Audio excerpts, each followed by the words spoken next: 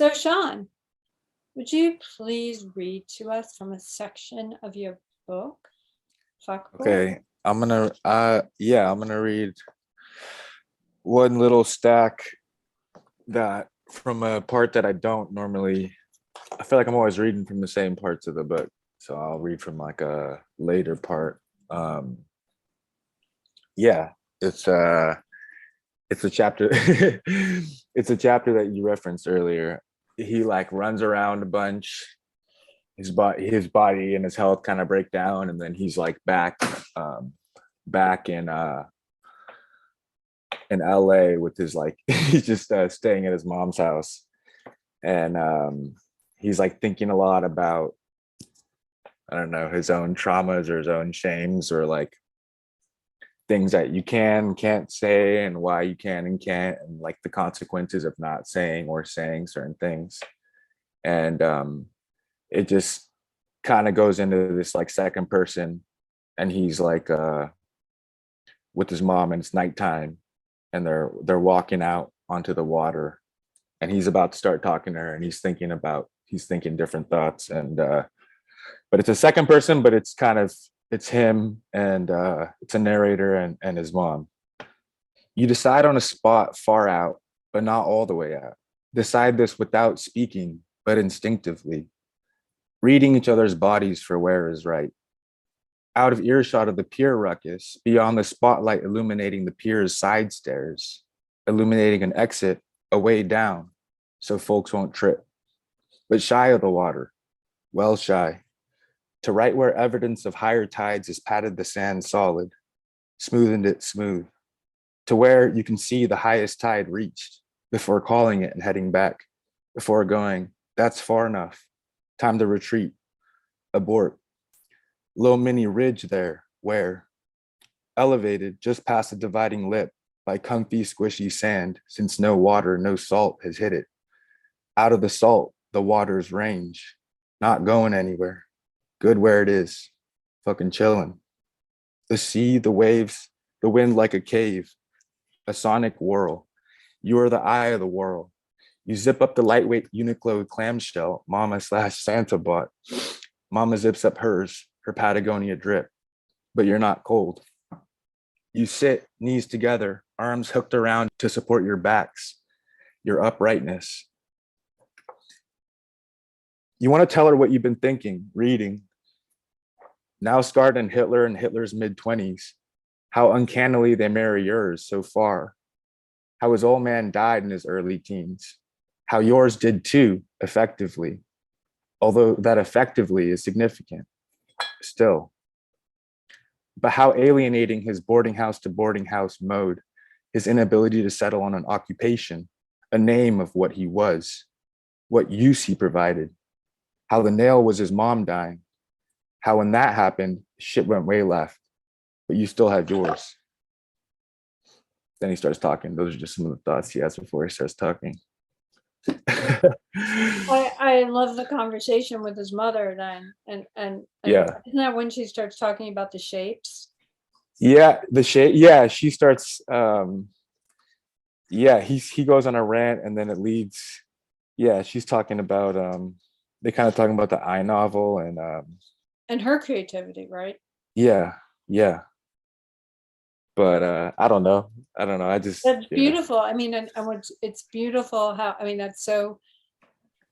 It it's it goes into kind of it's just a flow, and that how much work was that? Yeah. No, I mean, I just. I don't know. I think even if you're writing from your life, like if everything that's in there is like is an expansion, or like or a turn on something that's come before, like everything has to be like that or something. That was what I was trying to do. So like, yeah, with those parts, I mean, that's just one thing where that would be kind of a recurring tone of like things that you can't, or kind of like a pre-verbal mode the narrator would go in when he's like on drugs or by the ocean or fucked up about something. And those ones, yeah, would be would be kind of like intuitively edited, but I mean, everything was edited a lot. It's daunting to think that I got to do that again, but I gotta. What are you working on right now? Yeah, I'm just the next book, you know. Trying to get it, trying to get it. Yeah, trying Are to you keep in living editing? and thinking about the stories. Yeah. I think I've almost got the shape of it. Then I'll print it and then carry it around and keep thinking about the chapters. So you'll edit it the way, I think I gotta the way I did with Gian. I think I gotta, you know. yeah. Um, I have this shape, and yeah, it's weird. It's kind of like starting over. It is starting over. The thing that's really, it's hard to, I fucking hate writing and I love it. It's the isolation of it.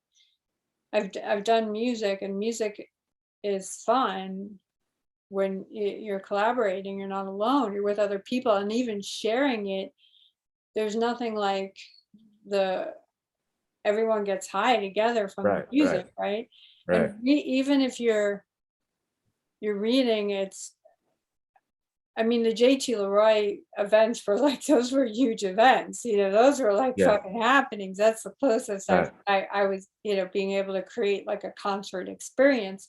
right. But the act of writing in and of itself is so very lonely. I Yeah. mean, how difficult is it for you to find that space to just sit and do the work? Yeah. I mean, I think that element of it, the hours of being putting of that one must put in, even with like reading, because I would really live by that credo of like read aggressively until like everything, like nothing is hitting for you, like reach that point where like no one is doing what you want to see, you know? And then that's when I feel like um my ideas that's when my writing gets most rich. I feel like when but I try to have like yeah, I try to not be too neurotic about like not going places, because whenever I say no to something in order to write, I feel like it messes up some like larger balance where like I think my sweet spot is when I'm having like good boundaries, but I'm sort of like taking what I'm working on with me everywhere. Do you know what I mean? Like I can't tell you how many times I'll sit at a table for 8 hours and then like on my way somewhere on like a 30-minute train ride, I'll write something that's like perfect. Do you know what I mean? Yeah. Oh yeah. So like I'm always pushing. I mean, I got my series, like trust me, I got my series and neuroses of how I stay, you know, but sometimes trying not to get too neurotic with it because that can be stifling as well, you know. Um, but I guess time will tell. Time will tell if I've had the adequate discipline to write the next thing. Okay, and then the classic question, uh, what would you say to new writers, someone starting out or trying to get published? Well, just to say, with what happened with me, there was a time in my life when I wasn't, when I was writing query letters to agents, you know, because I thought that's what you're supposed to do, you know, and like, and maybe that is a good thing to do, but um, I really, and I'm in a position now where people are sending me their writing, but I really firmly like, I really like had a group of like 5 people, like close friends, people I was with, and Gian was like, you know, who I wanted to write something that they would like, and I admired their taste, Mhm. and you know, like I think being in a conversation and writing something for your friend, like, and for people you respect and your friends is like really um what it is. That's really what it is. I don't know. Like I didn't have a